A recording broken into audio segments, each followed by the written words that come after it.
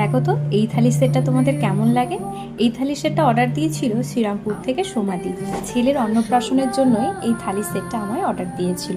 এই থালিতে ছিল 5টা বাটি, 5টা প্লেট, একটা গ্লাস আর একটা থালা।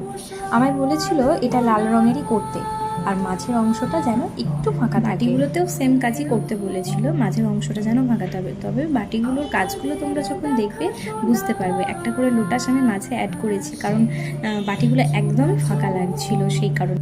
দিদিকে জিজ্ঞাসা করেছিলাম থালিতে কোনো নাম টাম লিখবো নাকি, বলেছিল না, আমি এটা অন্য কোনো ওকেশনেও ইউজ করব, সেই কারণে কোনো নাম লেখার দরকার নেই।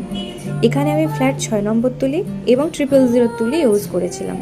সোমাদি আমার কাছ থেকে শুধু এই থালি সেটটাই অর্ডার করেনি, তার নিজের ছেলের জন্য একটা পাঞ্জাবি, বরের জন্য একটা পাঞ্জাবি ও নিজের একটা শাড়িও আমার কাছ থেকে কাস্টমাইজ করিয়ে নিয়েছিল।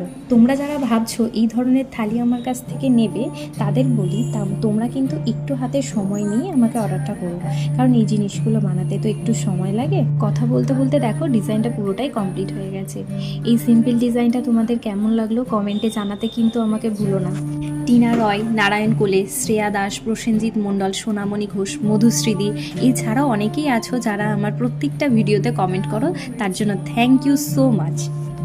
ও হ্যাঁ, বলে রাখি, তোমরা যারা মাটির থালা আমার কাছ থেকে বা অন্য কারোর কাছ থেকেই নাও না কেন, তোমরা যখন এটা ইউজ করবে অবশ্যই কিন্তু একবার ধুয়ে নেবে। আজকের মতন ভিডিওটা এতটাই, টাটা।